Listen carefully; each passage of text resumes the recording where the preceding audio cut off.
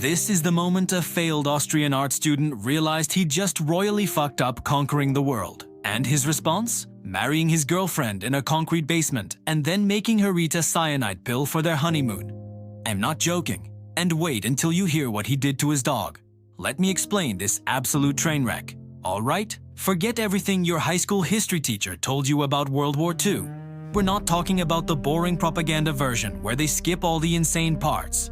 We're diving into the real story of Nazi Germany's collapse, the one where Hitler's dog had to be put down with a suicide pill. Yes, really, where regular German soldiers got peer pressured into becoming war criminals. Where Stalin deliberately left civilians in cities with no food to, quote, boost morale, unquote. And where one German shepherd became the most loyal friend to history's worst human being. By the end of this video, you'll understand how an entire nation got gaslit into fascism and why you'd probably fall for it too. The psychological tricks the Nazis used that still work today on social media right now, and why Hitler's final days in his Berlin bunker were more morbid than any horror movie you've ever seen. And stick around, because I'm gonna prove to you that if you're the type of person who just goes along with whatever's socially acceptable, you would have been working at Auschwitz. No cap, this story is so wild, you'll be the smartest person at every party.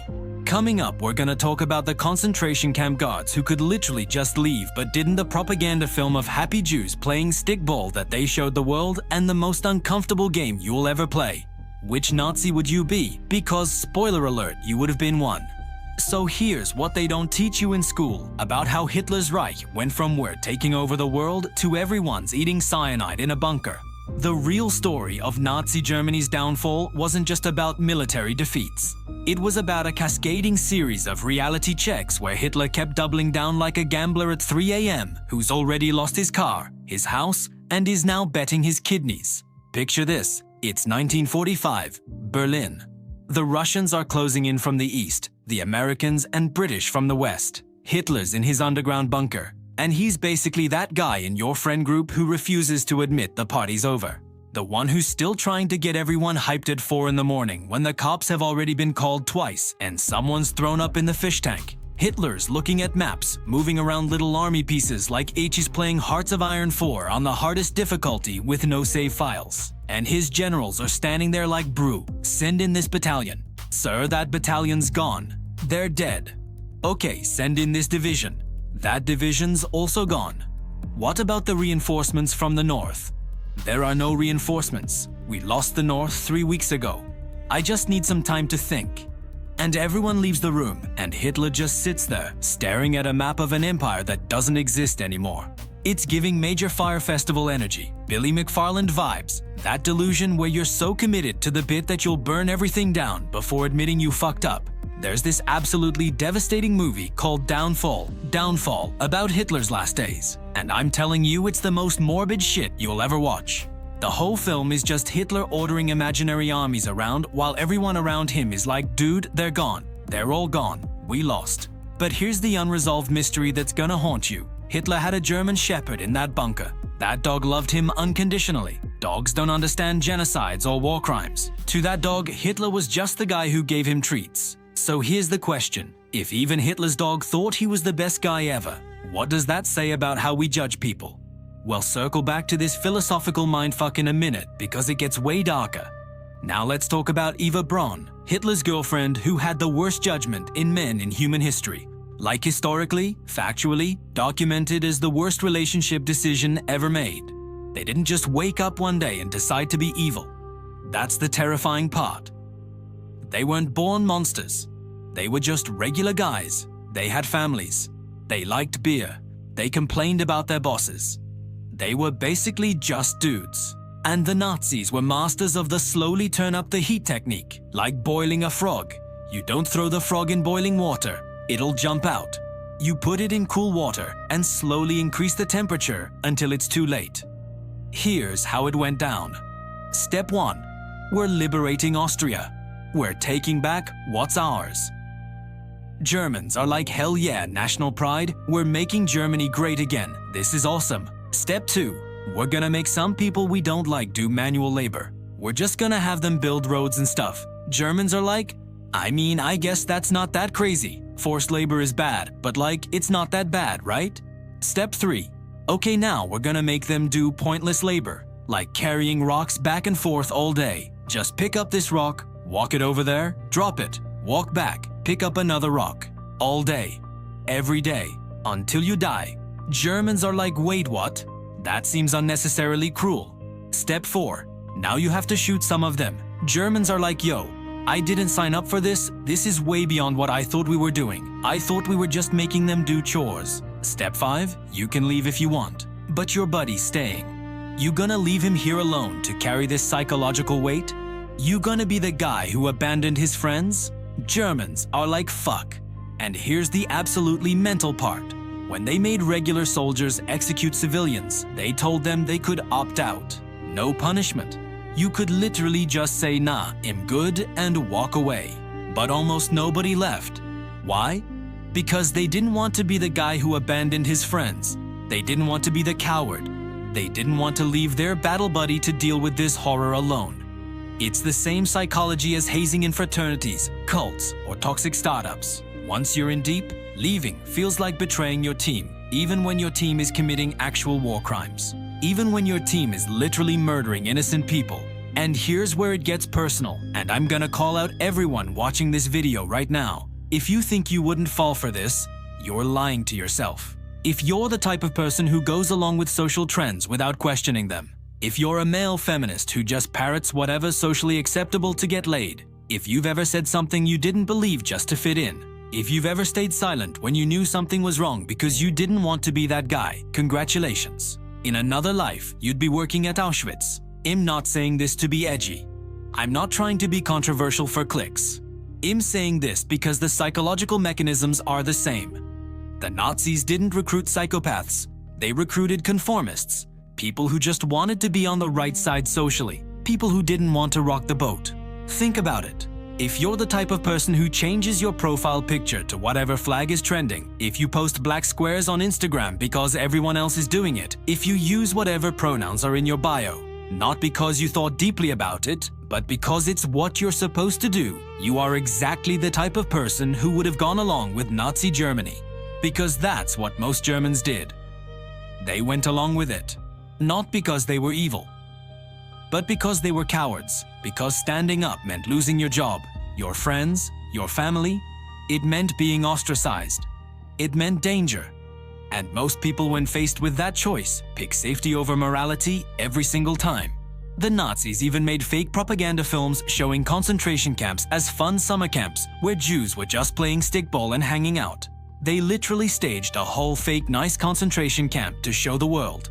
Like an Airbnb listing with photoshopped pictures. The pool is actually a swamp. The spacious bedroom is actually a closet. The friendly neighborhood is actually a crime scene. And a lot of Germans didn't know the full extent of what was happening. They knew something fucked up was going on, but the propaganda machine kept them in a bubble. They could plausibly deny, oh, I didn't know it was that bad. I thought they were just in work camps. I thought they were being relocated. Sound familiar? It's the same thing happening now with social media echo chambers. You think you're informed, but you're really just seeing the curated version of reality that keeps you compliant. You're in a bubble. You're being fed information that confirms what you already believe. And you're not questioning it because questioning it is uncomfortable. Imagine you're Eva. It's April 1945. The Russians are literally knocking on the bunker door. You can hear the artillery shells landing above you. The guy you've been dating is clearly losing his mind. He is screaming at generals about divisions that don't exist. He hasn't seen sunlight in weeks. His hands are shaking. He looks like he aged 30 years in 3 months. And he turns to you and says, hey babe, wanna get married real quick and then kill ourselves? And Eva's like, you know what? Yeah, I believe in you. I think you're gonna pull this off. Pause. Take that in. This woman looked at Hitler in April 1945, with Berlin literally burning above them, and thought, this is my man. I'm gonna stick with him. She had to be banking on him, right? Like when girls or anyone dates someone and thinks I believe in their vision, I think they're building something great here. Eva was literally betting on Hitler's comeback arc. Spoiler alert, there was no comeback arc. They got married in the bunker on April 29, 1945. The wedding party was like 12 people in a concrete room that smelled like desperation and fear. No music, no dancing, just the distant sound of Soviet artillery getting closer. And then Hitler gave her a cyanide pill as a wedding gift, which is arguably the worst wedding present of all time. Yes, even worse than a KitchenAid mixer you didn't want. Even worse than a toaster from your aunt who doesn't know you already have 4 toasters. Some girl out there was probably jealous too. Hitler never even looked at me. Ma'am, you dodged a bullet. Well, actually, Hitler dodged the bullet and chose the pill, but you get what I'm saying. The absolute delusion of Eva Braun is hilarious in the darkest way possible. She's sitting there in a bunker thinking, yeah, this is fine. We're gonna turn this around. She's like those people who hold on to GameStop stock when it's already crashed. Just diamond hands all the way into a cyanide capsule. Now remember that question about Hitler's dog? Here's where it gets philosophically fucked up and also kind of hilarious in a really dark way. Hitler had a German shepherd named Blondi, and in his final days he tested the cyanide pills on Blondi first to make sure they worked. Let that sink in. He gave his dog a suicide pill. His dog. The one living creature that genuinely loved him without any ulterior motives. Norm Macdonald, rest in peace to an absolute legend, had the best bit about this. He said, "Dogs are amazing. Even Hitler's dog had to think Hitler was the best. Hitler's dog was like, I fucking love this guy. Where's Hitler? I gotta see Hitler. Hitler's the greatest." And Norm's point was that dogs are pure. They love unconditionally. They don't care if you're a war criminal. They don't care if you're responsible for millions of deaths. To Blondi, Hitler was just the dude who petted him and gave him snacks. Which raises the uncomfortable question: how many absolute monsters in history were probably great to their pets? How many serial killers had cats that loved them? How many dictators had dogs that thought they were the best? You can be the worst human ever, and your dog will still think you're goated. That's the ultimate character reference that means absolutely nothing. Your dog's testimony in court would be worthless. Your Honor, my client is a good person because his golden retriever loves him. Case dismissed? No. Straight to jail. But here's what makes it even more fucked up. Hitler loved that dog, like genuinely loved Blondi, and he still killed him. Not out of mercy really, but because he needed to test the pills. He needed to make sure the cyanide worked before he and Eva took theirs. Imagine being in that bunker. You're down to your last few days. The Reich is collapsing. Everything you built is burning. And you look at your dog, the one creature that never judged you, never questioned you, never disappointed you. And you're like, sorry buddy, gotta test these pills. That's some cold-blooded shit. That's psychopath behavior. But also it shows how far gone he was. When you're willing to kill your own dog to make sure your suicide pills work, you've reached a level of nihilism that's almost impressive in how dark it is. Now here's where this story gets really uncomfortable, because we need to talk about how regular German dudes became concentration camp guards. And I'm warning you right now, this is the part that's going to make you question everything about yourself. The concentration camp guard. You think you wouldn't be this guy? But statistically, this is where most soldiers ended up. You'd convince yourself you're just following orders. You'd resent tall prisoners if you're short. You'd be that guy pointing left and right at the train platform. Arbeit macht frei. Work sets you free. You'd say it without thinking about what it means. This is the uncomfortable truth most people can't handle. If you're just going along with what everyone else is doing, this is you. The frontline soldier. You'd get sent to the Eastern Front immediately. You'd die in like a week. Based on most people's paintball performance, this is realistic. You'd be in a trench freezing your ass off eating moldy bread, wondering how you got here. And then a Soviet sniper would take you out and that's it. Game over. No respawn. The guy who gets executed for dissent. You'd say something stupid to the wrong person. You'd make a joke about Hitler at a party. Someone would overhear. You'd get reported. You'd get shot. At least you'd die with your morals intact, but you'd still be dead. And dead doesn't win you any prizes. Be honest with yourself. Which one are you? Most people want to think they'd be the resistance fighter, the hero, the guy who stands up. But statistically, you'd be the bureaucrat or the camp guard. You'd be going along with it because it's easier than resisting. When Germany started losing shit, got ugly. The German army was retreating westward, trying to surrender to the Americans and British instead of the Russians. Why? Because the Russians were not taking prisoners gently. Remember all those countries Germany invaded? All those people they fucked over? They came back for revenge. Concentration camp survivors, Russian soldiers, Polish resistance fighters, they were rolling through Germany and just wrecking anybody in a Wehrmacht uniform. It was brutal. It was understandable. It was also a war crime. But at that point, everyone was doing war crimes. That's what total war does. It turns everyone into monsters eventually. Here is why we're talking about all this. Fascism isn't some ancient historical thing. The psychology behind it still exists. Look at social media. Look at cancel culture. Look at how quickly people form mobs and demand conformity.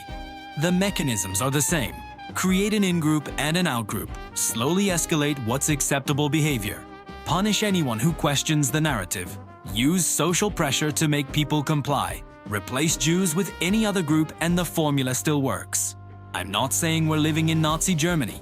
I'm saying the human psychology that allowed Nazi Germany still exists in all of us. And if we don't recognize that, we're doomed to repeat it. History doesn't repeat, but it rhymes. So let's recap this absolutely mental journey. Hitler went all in on world domination and it backfired spectacularly. He married his girlfriend in a bunker and gave her a cyanide pill. His dog loved him unconditionally. Rest in peace, Blondi.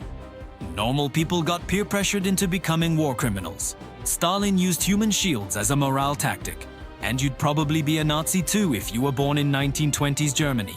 The uncomfortable truth is, most people are conformists. And in the right circumstances, conformity can make you complicit in unthinkable evil. But here's the good news. You're aware of this now. And awareness is the first step to breaking the pattern. If this video made you rethink everything you thought you knew about World War II and human nature, smash that like button. Hit subscribe because next week we're diving into how Stalin's propaganda machine would have dominated TikTok, and it's going to make you question every influencer you follow. Drop a comment.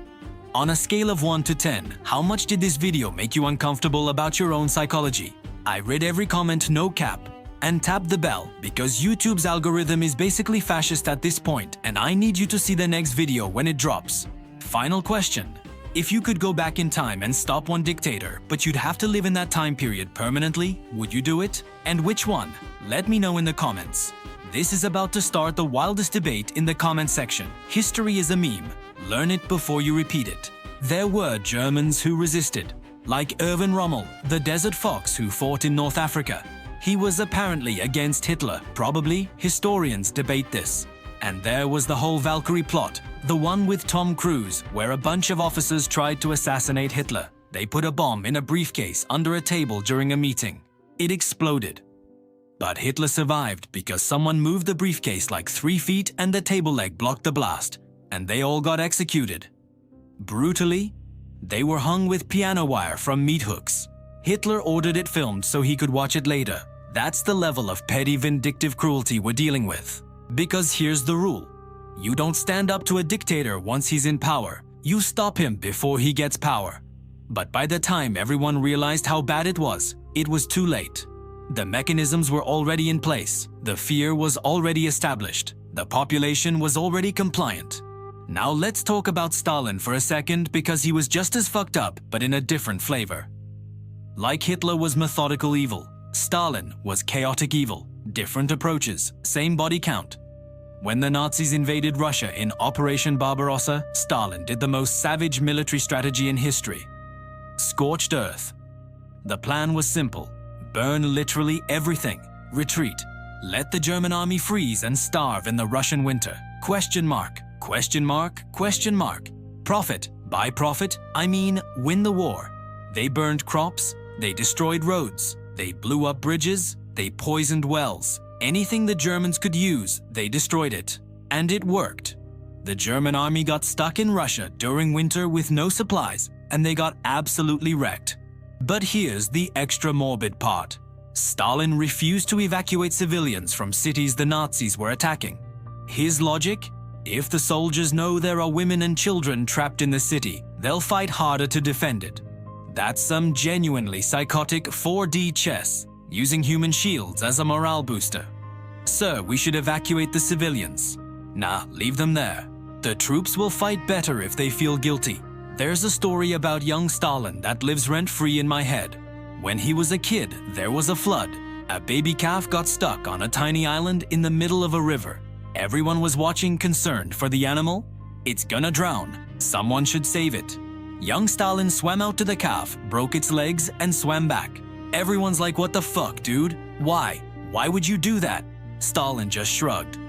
That's when you know you're dealing with a different species of human. That's sociopath origin story shit. That's the kind of thing where if you're his parents, you're like, well, we fucked this one up.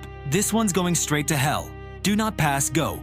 Do not collect $200, straight to the gulag of eternity.